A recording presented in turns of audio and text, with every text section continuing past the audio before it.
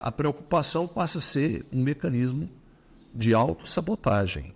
Então, o que a autossabotagem faz?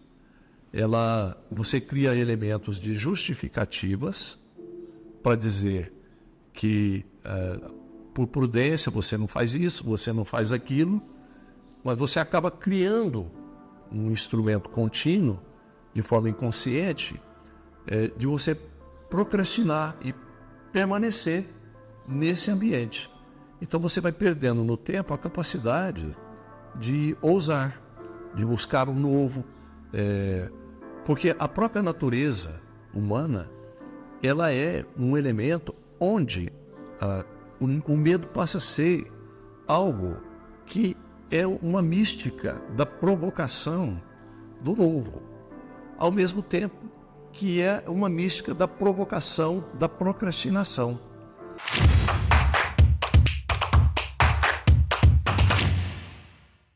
Estamos juntos novamente no Cantinho do Ari. É muito importante a sua presença, ela é a razão de todo esse trabalho. O objetivo desse trabalho é trazer uma contribuição no sentido de que possamos todos, nesse convívio, buscar acrescentar elementos que possam nos proporcionar um resgate da autoestima, das nossas habilidades originais e conhecer um pouco mais sobre como é a natureza, como ela trabalha dentro do nosso comportamento social, psicológico, emocional e espiritual. Então, eu quero falar um pouquinho sobre o medo, né? A dança do medo, né? O medo, ele é um lugar que, de alguma forma, todo ser humano vive numa intensidade maior ou menor com ele no ambiente da pessoa. Eu digo que a função do medo, ela é necessária ao nosso relacionamento social, emocional, familiar, espiritual.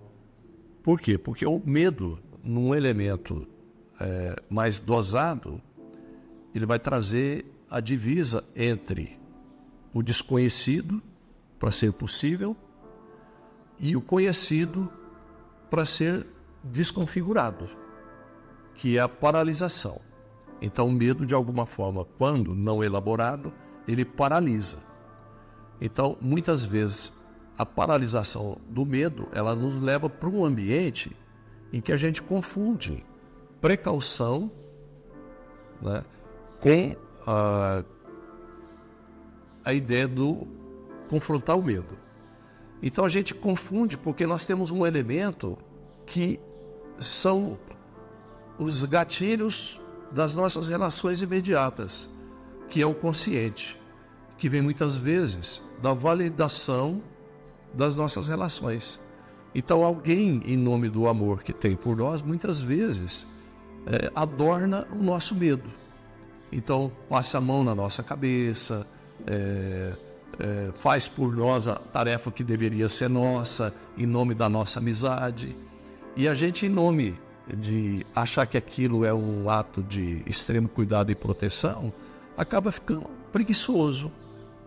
E dentro da preguiça, procrastinando a perspectiva de elaborar o medo. Então, assim, o medo é algo necessário, mas ao mesmo tempo que ele é necessário, a gente precisa tomar muito cuidado com ele, porque eu não acredito que uma pessoa possa ser bem-sucedida na vida se ela não tiver medo, porque a ausência do medo é algo que faz a pessoa perder o limite do bom senso. Então, é preciso ter consciência que o medo é necessário. Mas não podemos esquecer que o medo é algo que precisa ser dosado, e para você dosar o medo, você precisa de ter uma autocrítica da sua característica de personalidade e andar não no limite que o outro espera de você, mas andar nas possibilidades que você tem para oferecer a partir da sua habilidade original. Então, eu digo que o medo é um amigo velado, perigoso, Porque ao mesmo tempo que ele pode te trazer algo muito bom, ele pode te manter num ambiente de muita perda, né? E a gente acostuma também com esse ambiente de perda. Por causa do outro eu não cresci. Então assim, o outro, de alguma maneira, ele tem uma perspectiva de proteger, de cuidar. Mas muitas vezes, como ele também tem as dificuldades pelas quais a gente passa de forma mais ou menos semelhante, ele acaba também prejudicando o nosso desenvolvimento.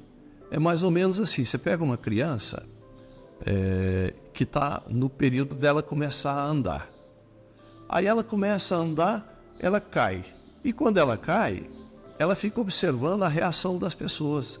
E muitas vezes, ao invés de você olhar para aquilo e esperar a reação da criança, para ver como ela desperta a resiliência, o que a gente faz? Fala, nossa, fulano caiu, coitadinho dele. Então, no mundo dele, ele registra que aquele momento é um momento que conflagra nele a ideia de que ele não é capaz. Então, para ele dar conta de fazer alguma coisa na vida, alguém vai ter que estar por perto para fazer por ele, ou auxiliá-lo. Então, ele não vai ter aquela capacidade permitida de ser natural, né? Porque nós tiramos dele a partir do momento em que a gente não deixa o desabrochar, que a partir daí já começa a aparecer a habilidade original. Então, o medo é algo que está muito próximo da autossabotagem. Então, a gente precisa tomar cuidado, que o medo é necessário, mas a autossabotagem é um movimento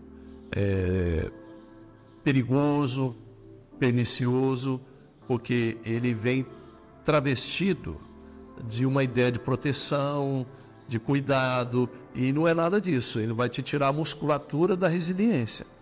Então vamos olhar para o medo e tratá-lo como algo estimulante ao seu crescimento, ao progresso. Gostaria que você olhasse esse ambiente que nós estamos trabalhando e compartilhar com os seus amigos, com as pessoas que fazem parte desse ambiente que você vive, que vai ser muito importante para todos nós. Um grande abraço e até o próximo.